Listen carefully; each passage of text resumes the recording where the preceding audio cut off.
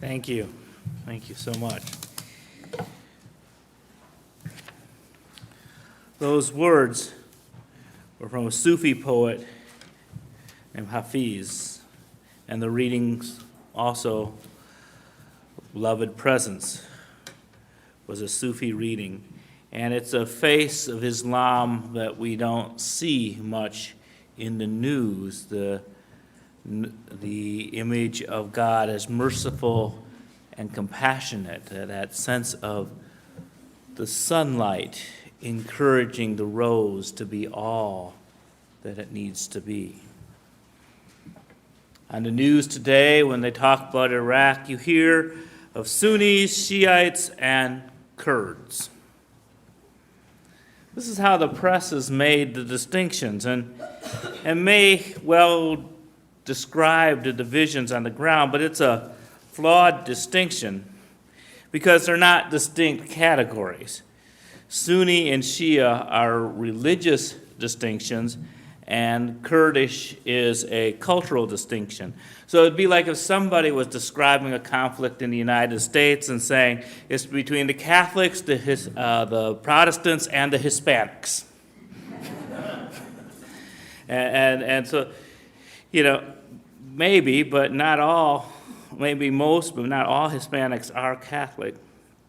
And even Catholic Hispanics may be separate from other Catholics because of cultural and language factors.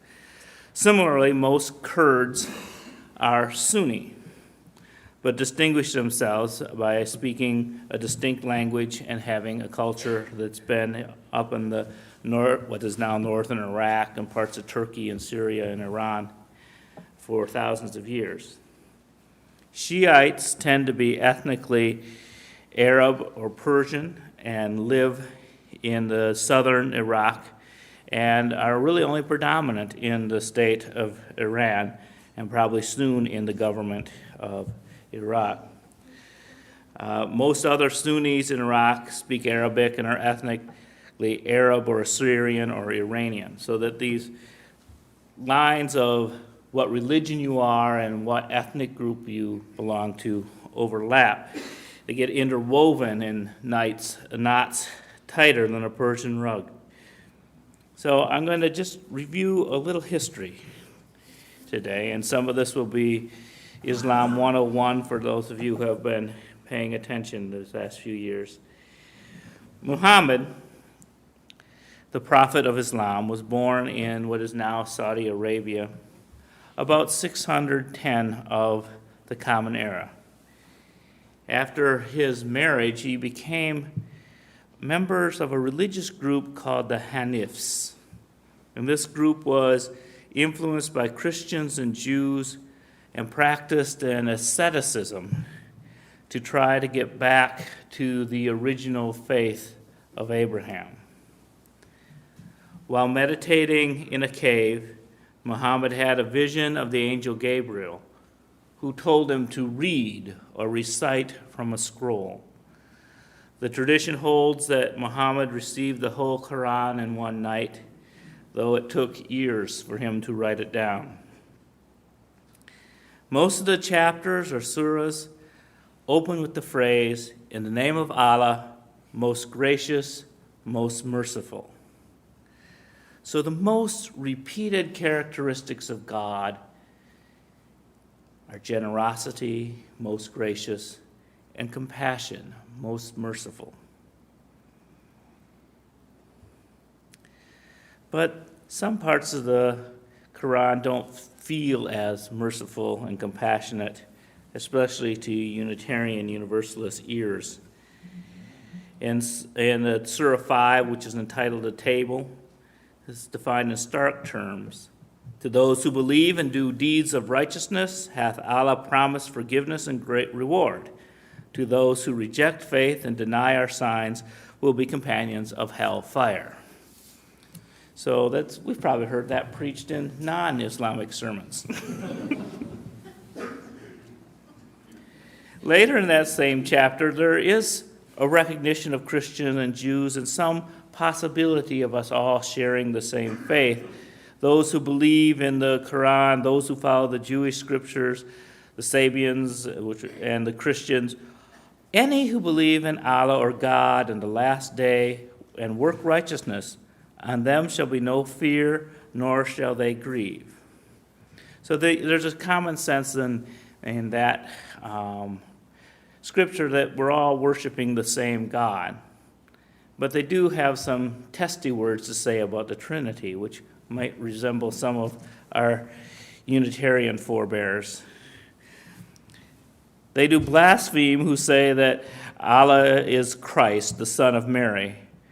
But said Christ, O children of Israel, worship God, my Lord and your Lord.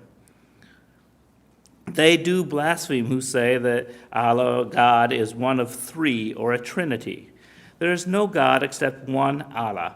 They desist not from their word of blasphemy. Variously, a grievous penalty will befall the blasphemers among them. So, in that way, Islam, in their view of Jesus, venerated but not God, is similar to the Unitarian thing that separated our denomination from other Christians back in the 19th century and before that. And there are passages that are really troubling, that command people to kill infidels. Therefore, when you meet unbelievers in fight, smite their necks. At length, when you have thoroughly subdued them, bind the bond firmly on them, either for as a ransom. And so there's a whole thing of the history kind of being written and these things being received in a time when there was a lot of conflict. And that really seems to be part of the basic scripture. But there are verses of peace. The believers are but brethren, make peace between your brethren and be careful to do your duty to God, that mercy may be had on you. And Assalamu alaikum is the universal greeting of Islam. It means peace unto you. So it's probably the thing that is most said among Muslims. And so the questions often asked is Islam a religion of peace? And I reply, like Judaism or Christianity, it depends on the believer. A hateful person will find scriptures to support their hate. A loving person will find scriptures to inspire their love. Religion is like a knife. A chef will use it to prepare a banquet. A murderer will use it to kill. So back to Muhammad. He starts with a small circle of people around him, and he's preaching the words that he has received in his vision.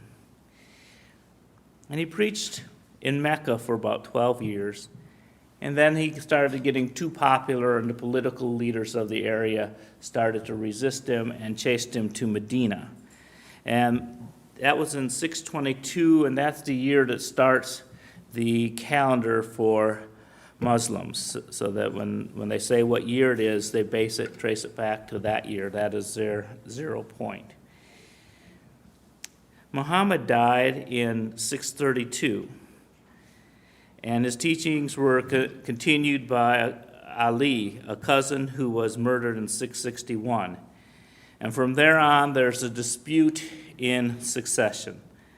Shiites followed Hussein, who was a family member, who was killed at Karbala in southern Iraq in 680. This battle sealed the split between Shiites and Sunnis. So the split in the religion comes very early in their history, just 50 years after the death of Muhammad.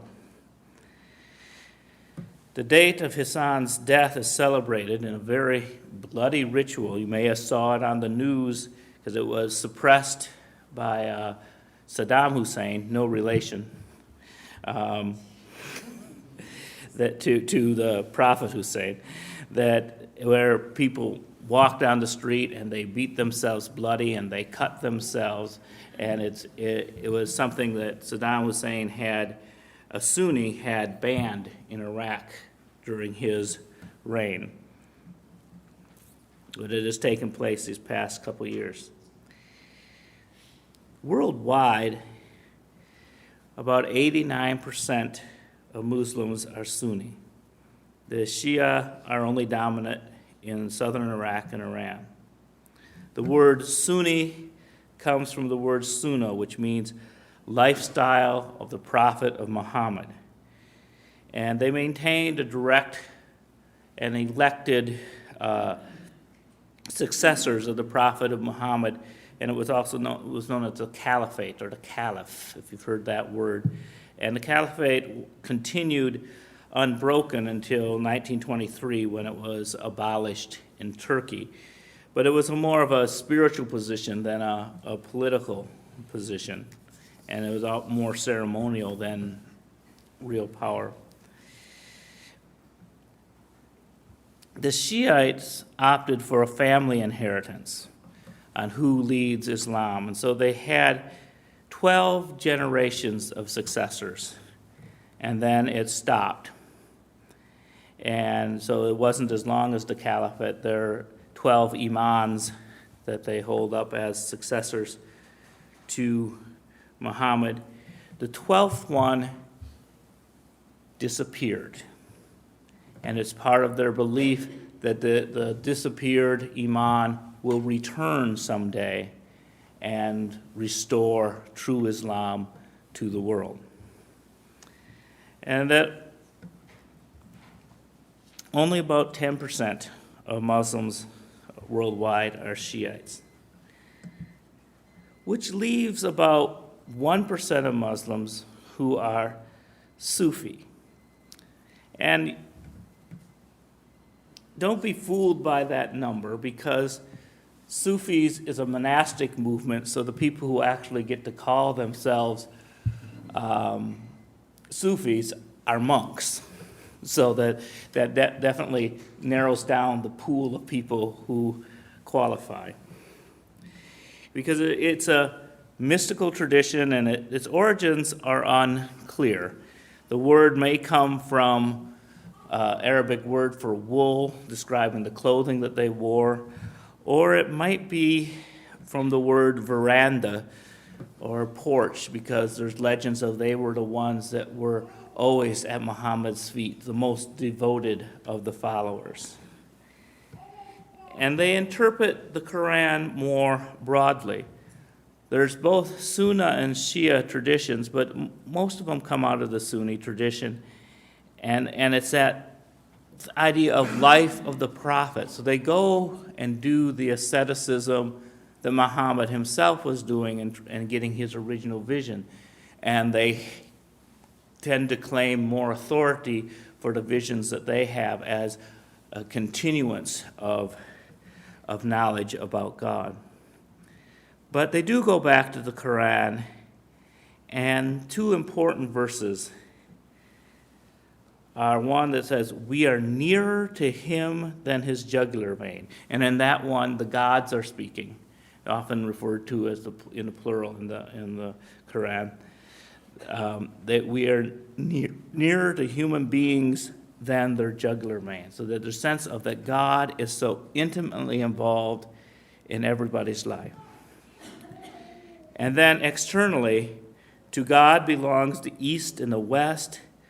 Wherever you turn, there is the face of Allah.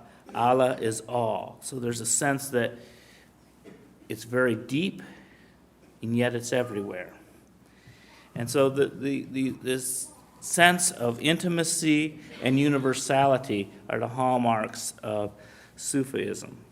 And there's a lot of different orders. One order, the Chishti order, was founded in about 900, and it moved to India.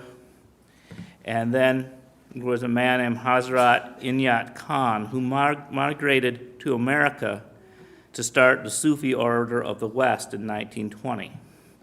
And so he was a musician who shared Sufism with Americans in the early part of the 20th century. And one of the stories he told were words that his father had told him as a child. God is in you and you are in God, as the bubble is in the ocean, and the bubble is part of the ocean, and yet not separate from the ocean. For a moment it has appeared as a bubble, and then it will return from that which it has risen. So the relation between man and God, the prophet has said that God is closer to you than the jugular vein, which in reality means your own body is farther from you than God is. If this be rightly interpreted, it will mean that God is in the very depth of your being.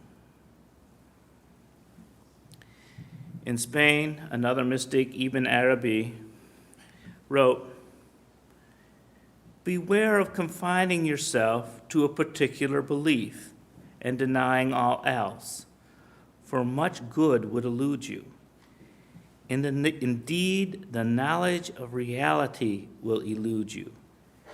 Be in yourself for all forms of belief, for God is too vast and tremendous to be restricted to one belief rather than another." And so that points to that universality in the Sufi tradition. And Sufism interacts with our own tradition. The Sufi poet Sadi, with whom we'll read later, was read by the Transcendentalists, Thoreau, Emerson, and Fuller, and Emerson even wrote a poem to Sadi, talking about what a singular religious genius he was. And now he's responsible for some just practical proverbs. This one might seem familiar. Whatever is made in haste easily goes to waste. So whenever your mother told you that, she was paraphrasing Sadi. He also said, "The best loved by God are those that are rich, yet have the humility of the poor, and those who are poor and have the magnanimity of the rich." He spoke of a religion that was practical. To worship God is nothing other than to serve the people. It does not need rosaries, prayer carpets, or robes. All people are members of the same body, created from one essence. If fate brings suffering to one member, the others cannot remain at rest. But the most famous Sufi poet is Rumi, who started the Malevi order with their whirling dervishes who spin in ecstasy of God. And Rumi was a seeker of beauty and of life, and some of his words: "Let the beauty of what you love be what you do. Your task is not merely to seek for love, but merely to seek and find all the barriers within yourself that you have built against it." It's that sense of looking out and looking in that you find the true love, the true mercy and compassion that begins each chapter of the Quran. And it is something that transcends the normal barriers. When he says all the barriers within yourself, he literally means all the barriers. One of his sayings is, "Out beyond the ideas of wrongdoing and right doing, there is a field. I will meet you there." He sounds like a situation ethics liberal to me. But there's a sense that all these things that we hold so dearly as right and wrong are barriers to our real task of being loving and merciful and compassionate. The Sufi tradition has a broadness to it that is good to remember when we're having dialogues with Islam or if we're thinking about the world. Though the number of actual practitioners is small, their influence is great. It's the cultural icons of the Middle East. It would just in the same way that most Americans can't tell whether something came from the Bible or from Shakespeare. That's the role of the Sufi poets in Islamic culture. It's just that much of that is their literature. And so another liberal stream from the Islamic world is the Baha'i faith. And they grew out of the Shiite tradition. Remember, they were waiting, or are waiting, for the hidden Iman.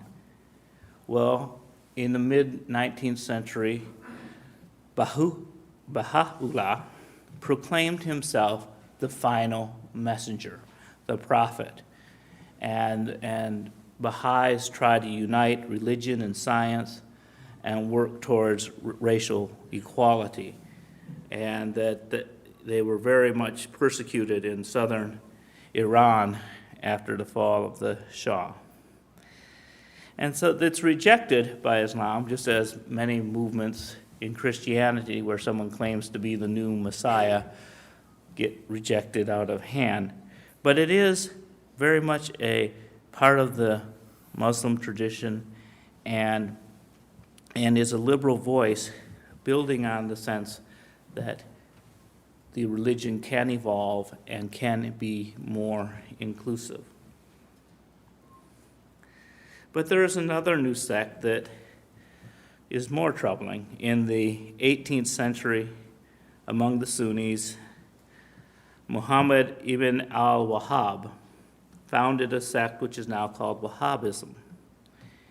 And it seeks to reject all Western innovation and return to the true Sunnah, or life of the Prophet.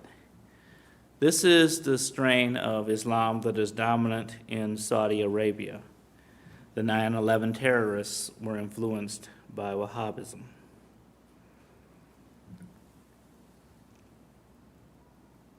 In a time of a Sunday morning service, I grieve that I can only throw these ideas out and hope that you look to learn more.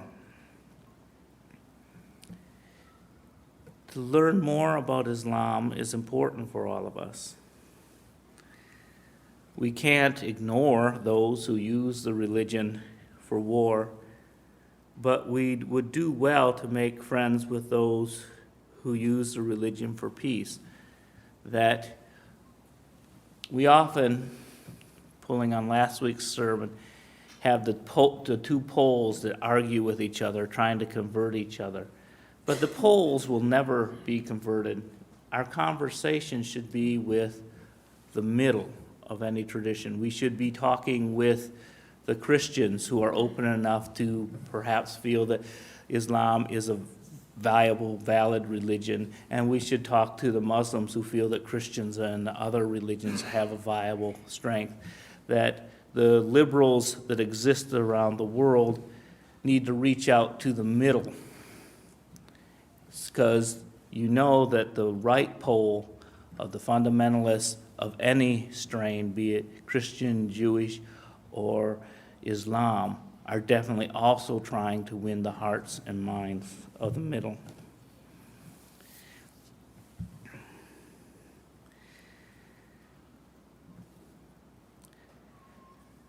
The warmongers in any tradition are always louder than the peaceful. The nature of peaceful people, they tend to be too quiet.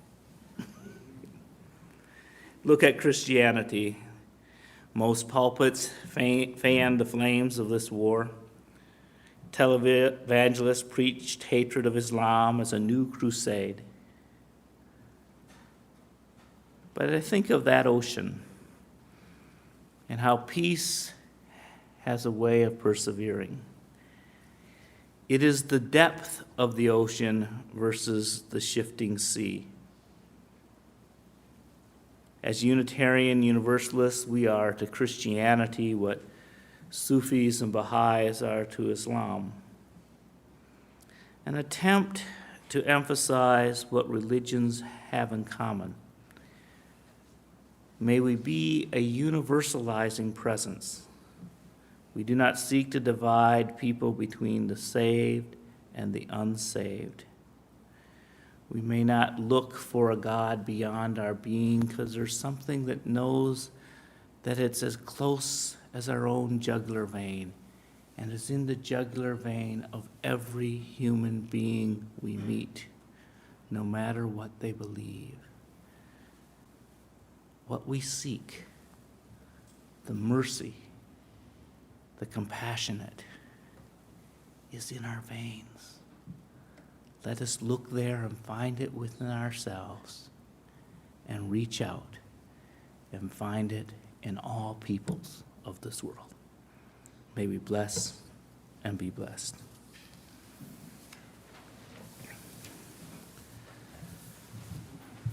Please rise as you are able